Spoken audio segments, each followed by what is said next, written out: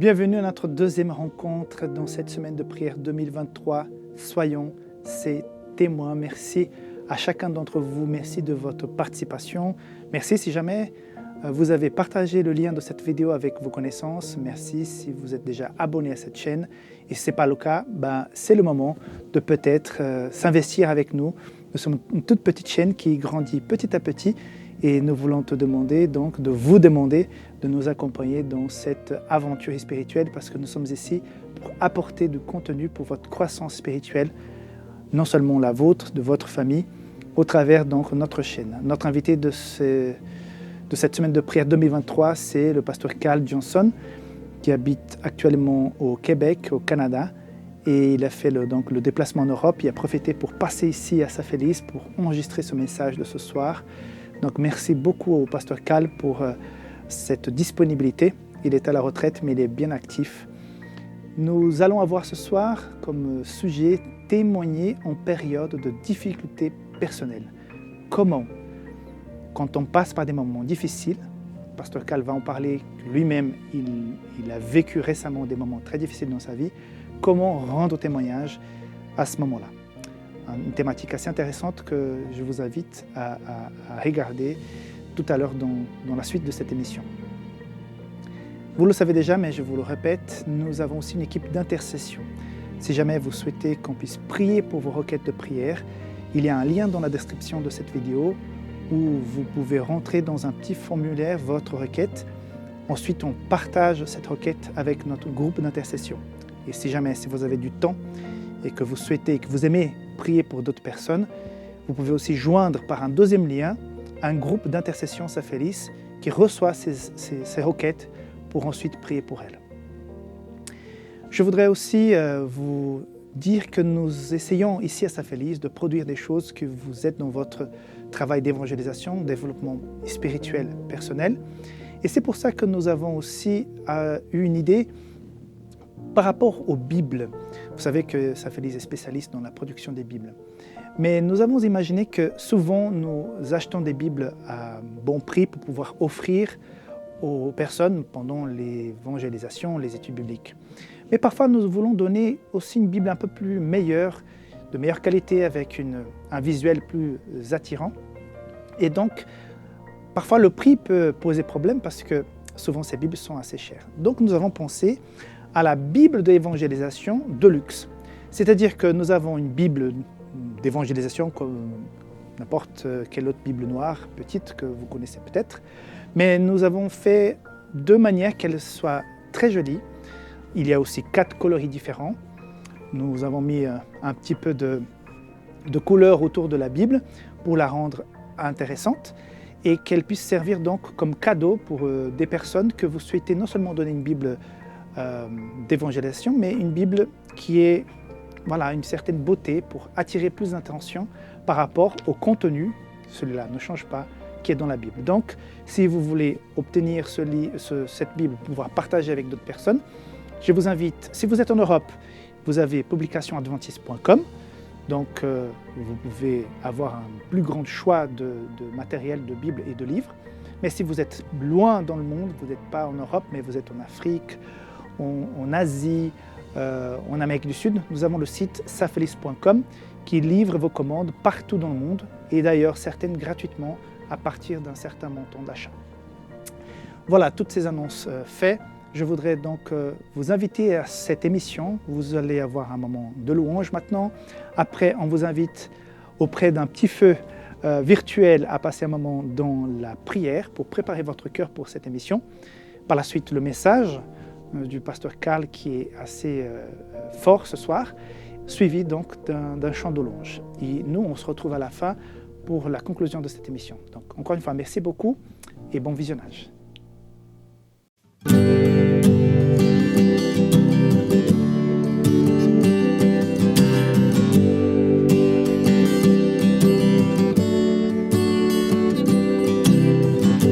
Je loue ton nom éternel, Seigneur, je célèbre ta bonté. Quelle joie tu vis en moi, Quelle joie tu viens pour nous sauver.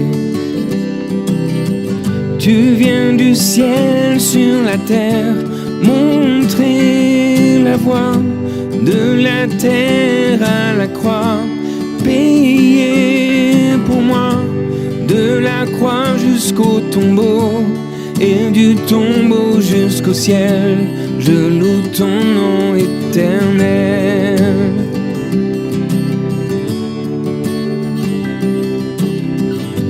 Je loue ton nom éternel. Seigneur, je célèbre ta bonté. Quelle joie tu vis en moi. Quelle joie tu viens pour nous sauver. Tu viens du ciel sur la terre, montrer la voie de la terre à la croix, payer pour moi, de la croix jusqu'au tombeau, et du tombeau jusqu'au ciel, je loue ton nom éternel. Tu viens du ciel sur la terre, montrer la voie de la terre à la croix, payer pour moi, de la croix jusqu'au tombeau, et du tombeau jusqu'au ciel, je loue ton nom éternel.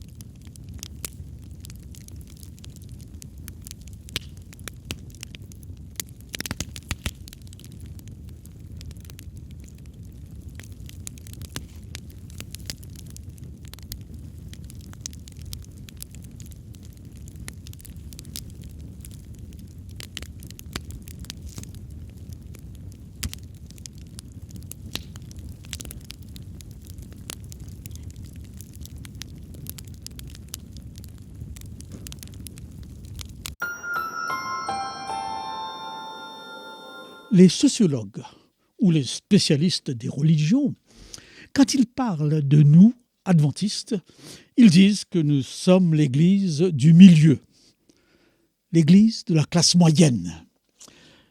Il faut bien l'avouer, la plupart de nos membres viennent de la classe moyenne. Nous avons beaucoup de difficultés d'atteindre les gens de haut niveau, les intellos, par exemple, ou les gens qui, de par leur renommée, leur culture, se trouvent au niveau les plus élevés de la société. Nous avons aussi beaucoup de difficultés à atteindre les gens qui sont au niveau les plus bas. Je viens de l'île Maurice et je me souviens d'un haut responsable du gouvernement qui, dans une conversation avec le président de fédération, disait « Mais pourquoi prêchez-vous uniquement parmi les gens du village, à la classe moyenne des hindous ?» E.G. White nous dit qu'il nous faudrait avoir des stratégies d'évangélisation pour toutes les cultures, car notre témoignage doit toucher les gens de chaque peuple, de chaque tribu, de chaque langue. Le témoin de cette deuxième présentation de la semaine de prière est Daniel. Et le thème choisi est le suivant, Daniel, témoin devant les rois. Témoin de la haute société de son temps. Il était à l'aise pour être un tel témoin, car lui-même, il vient d'une race royale, d'une famille noble. Il était beau physiquement et doué d'une très grande intelligence. Nous ne savons pas d'où venaient ses compagnons, mais eux aussi étaient d'un certain niveau social, sans aucun doute élevé. Il y avait beaucoup d'autres exilés juifs à Babylone. Même le roi Joachim, sur lequel on ne dit rien, était à Babylone. De tout temps, les peuples, les gouvernements cherchaient dans leur conquête parmi leurs esclaves des jeunes gens qu'ils auraient pu façonner, former, à devenir des ambassadeurs de leurs valeurs, aussitôt qu'ils retourneraient dans leur pays ou qu'ils seraient dans d'autres pays étrangers. Au temps du communisme, des bourses étaient données aux jeunes gens et aux jeunes filles du tiers-monde. Et lorsque ces gens revenaient dans leur pays, ils revenaient avec ils avaient intégré les principes communistes. Comment Nebuchadnezzar va-t-il faire pour changer la culture de Daniel et ses compagnons? Quelles seront ses stratégies? Ils sont sélectionnés parce que justement, ils ont des qualités extraordinaires. Ils sont doués, sages, intelligents. La première démarche sera le changement de leur nom. Tous ces Juifs ont un nom lié à la personne de Dieu. Daniel signifie celui que Dieu juge ou jugement de Dieu. Nebuchadnezzar l'appellera Belshazzar, celui que Bel, le dieu païen, protège. Et tous les autres compagnons auront le nom d'un dieu païen. C'était courant à l'époque de croire que le nom influence l'identité. Et d'une manière générale, les noms avaient une signification. Je m'appelle Karl, mais mon nom n'a aucune signification. Mon père a appelé mon frère aîné Euclide, pensant qu'il serait doué en maths, mais ce fut exactement le contraire. Nous donnons aujourd'hui des noms sans cette perspective superstitieuse, magique ou religieuse. Voilà donc la première stratégie. Changer le nom, espérant qu'en changeant le nom, on changera l'individu. Deuxième stratégie, très intéressante, changer les habitudes alimentaires. Dis-moi qui tu fréquentes et je te dirai qui tu es. On pourrait aussi dire, dis-moi ce que tu manges et je te dirai qui tu es. En demandant à Arjoc de les nourrir des mets du roi, le but est clair. En les associant à la table du roi, on les associe aussi aux grands qui mangent la table du roi.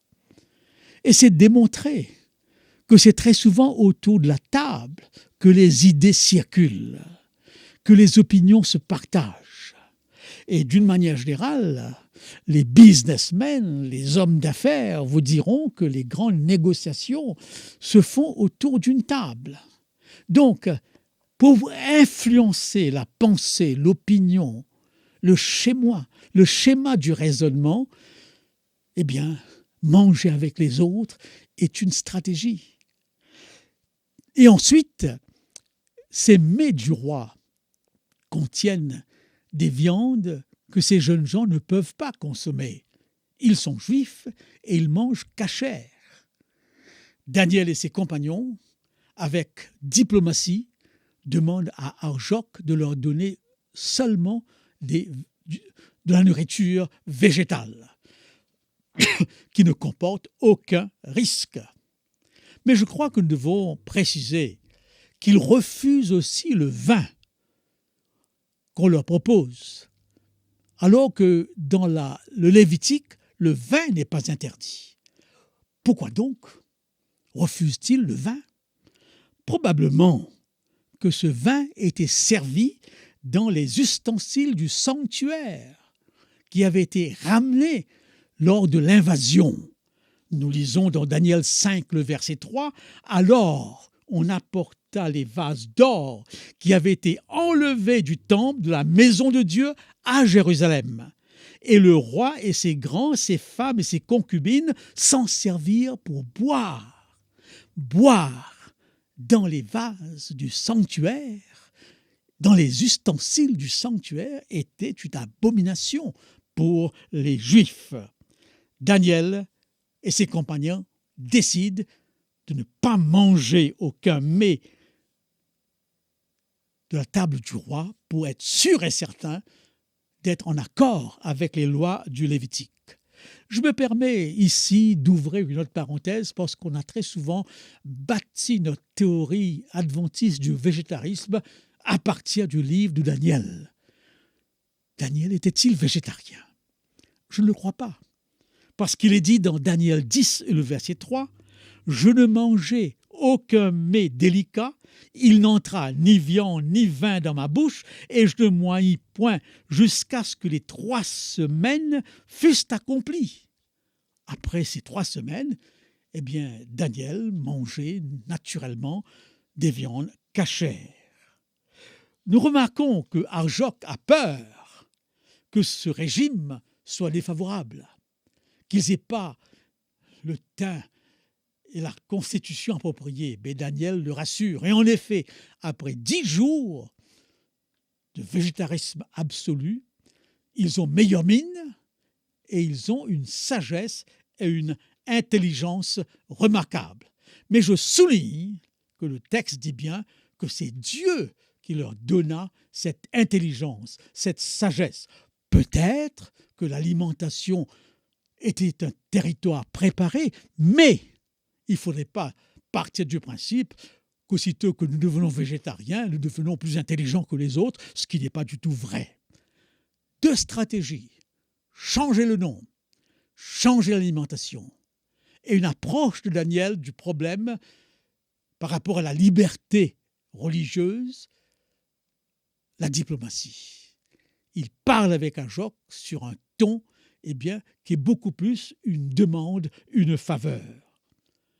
3e stratégie, une attaque systématique sur le plan religieux, avec une menace de mort qui concerne premièrement les compagnons de Daniel, Shadrach, Meshach et Abednego.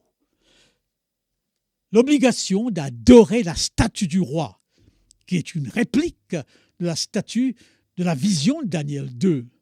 Mais cette fois-ci, cette statue est immense et semble être la statue universelle. Le roi Nebuchadnezzar s'identifie au monarque de l'univers. Au son de la trompette, de la musique, tous les Babyloniens sont invités à se prosterner. Shadrach, Meshach, Abednego résistent. Ils sont les seuls à faire face, à résister à cette demande. Bien sûr, le roi entre dans une vive colère et ils sont jetés dans la fournaise ardente, chauffés 7 fois plus. Et le miracle a lieu. Le miracle a lieu. Et alors, quelque chose d'extraordinaire frappe le roi. On lui fait comprendre qu'on a jeté 3 individus dans cette fournaise et il y en a 4. Et le 4e ressemble à un fils d'homme, bien sûr. En tant qu'adventistes, nous identifions ce 4e personnage à la personne du Christ lui-même. Et finalement, le roi interpelle les 3 hommes et les invite à sortir de cette fournaise. Ils sont indemnes et ils n'ont même pas l'odeur du feu dans lequel ils se trouvaient. Le témoignage a été spectaculaire. Et le roi de Nebuchadnezzar, pour la première fois, va louer la grandeur de Dieu. Donc, le changement de nom n'a pas eu d'influence sur ces jeunes, car lorsque le roi les interpelle, il les appelle serviteurs de Dieu. Cette stratégie qui consiste à changer, à demander une uniformité dans l'attitude religieuse, est une stratégie qui a toujours existé et qui pourrait de nouveau exister. C'est ce que nous prévoyons par rapport à la fin des temps dans notre vision eschatologique. Daniel sera aussi soumis à cette menace. Voyant sa progression sociale, il est gouverneur de Babylone, eh bien, cet étranger juif qui tout à coup occupe une des fonctions les plus élevées du royaume, suscite de la jalousie, du mécontentement. Et ses collègues, les autres gouverneurs, cherchent un moyen de le défaire.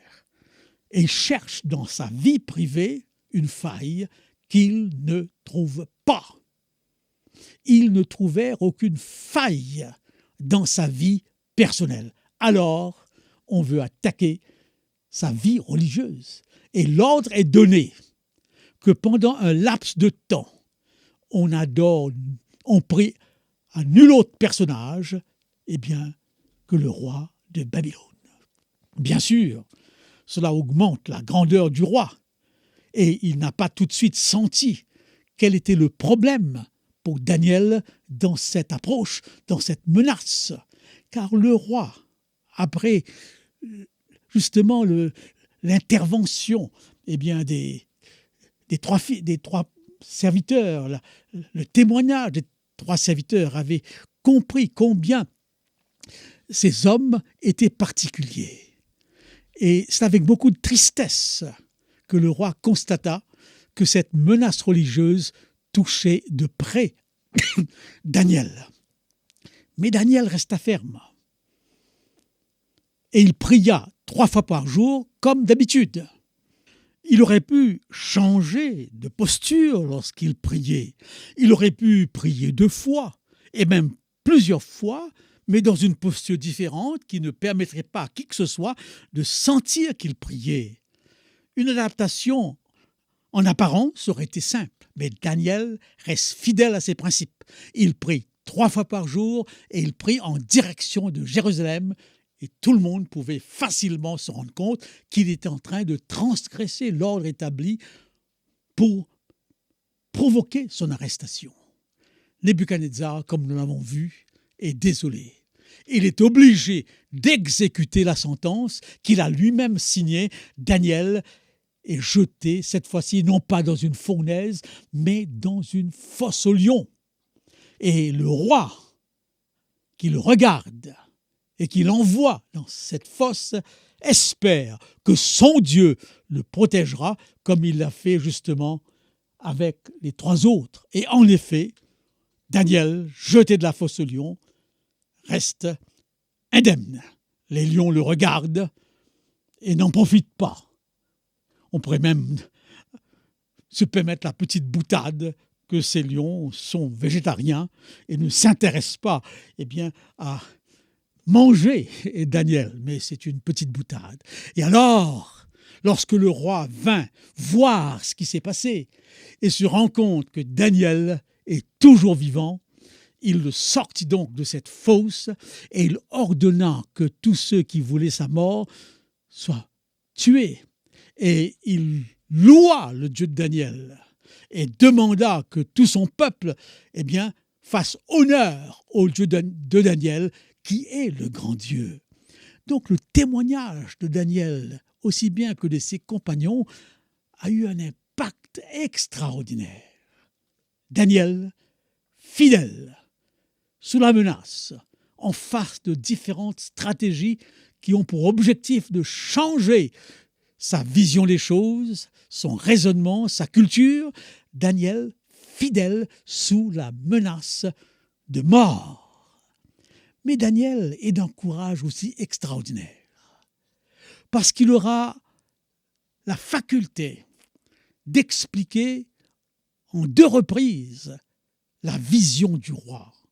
La vision de la statue qui n'a pas impressionné Nebuchadnezzar, parce que dans un premier temps, il refuse de croire qu'il est la tête d'or suivie d'autres métaux et que finalement la statue est détruite. Non, il va se construire en son honneur une statue en or de la tête aux pieds, ce qui veut dire que l'interprétation de Daniel ne lui plaisait pas.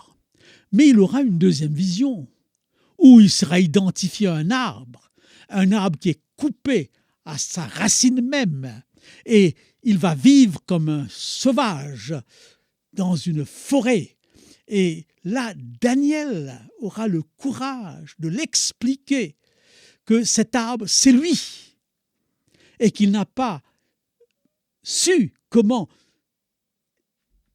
plaire à Dieu, il n'a pas su comment obéir à Dieu, et que cette expérience de sa vision sera une expérience qui l'emmènera davantage à se soumettre, à comprendre sa fragilité.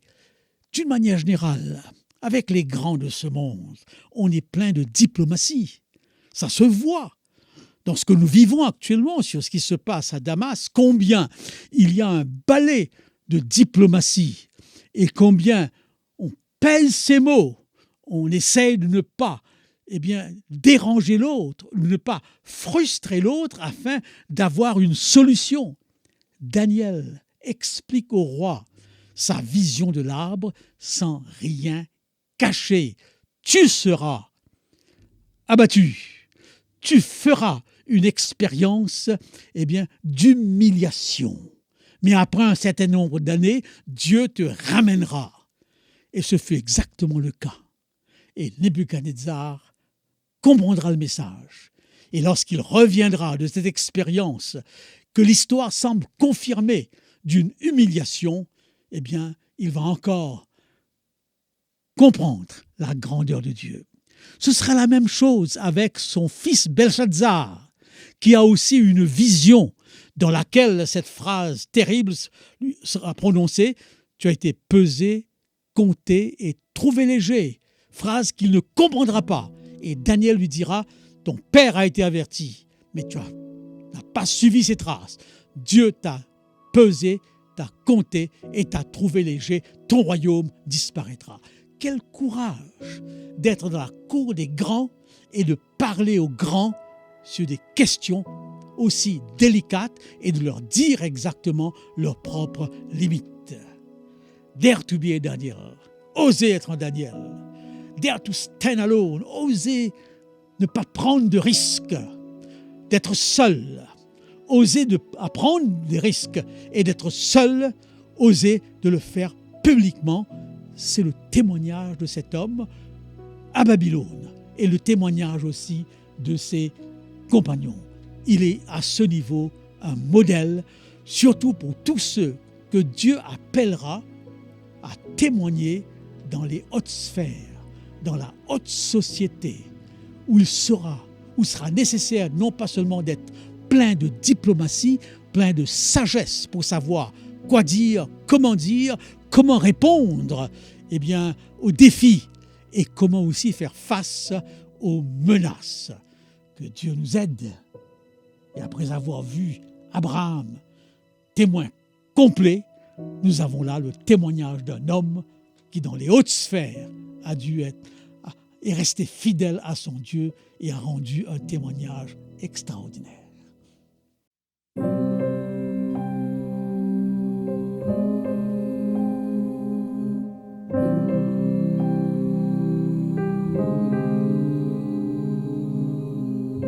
Sur l'ancienne île de France, l'homme de Dieu débarquait. On l'écoute en silence près des divinités. Un jeune policier s'était rendu là-bas. Il avait décidé de mettre fin à tout ça. Le missionnaire parlait d'un homme sur une croix et d'une éternité pour celui qui a la foi. Quand l'appel fut lancé, le jeune soldat laissa son épée, puis il s'avança. Ton sang coule dans mes veines, de la croix à la plaine. Commence un long voyage au cœur de tous les âges.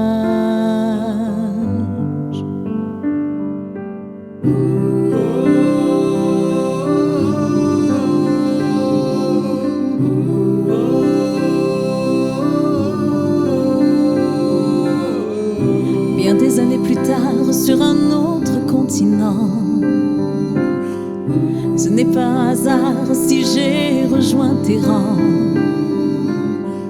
Si ma foi c'est la part léguée à mes enfants, car je viens dans l'histoire du soldat qui se rend. Ton sang coule dans mes veines, a bravé toutes les chaînes, s'est frayé un passage dans mon héritage, jusque dans mes veines.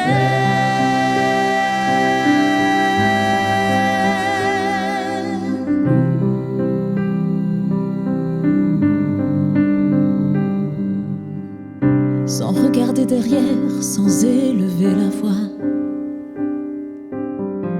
tu as pris la coupe amère et gravi Golgotha. Et tandis que les clous s'enfonçaient dans ta chair, des noms de partout se gravaient dans la pierre. Ton sang coule dans nos veines, de la croix à la plaine. Commence un long voyage au cœur de tous les âges.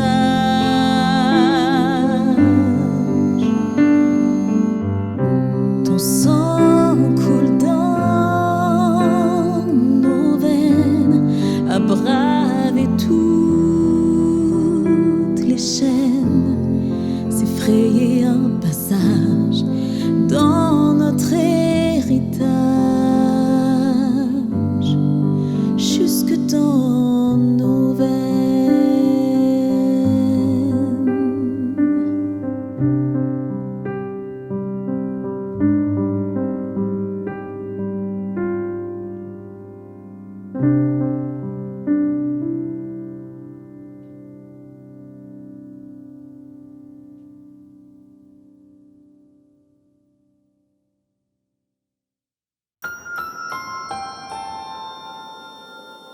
Très beau le message de ce soir.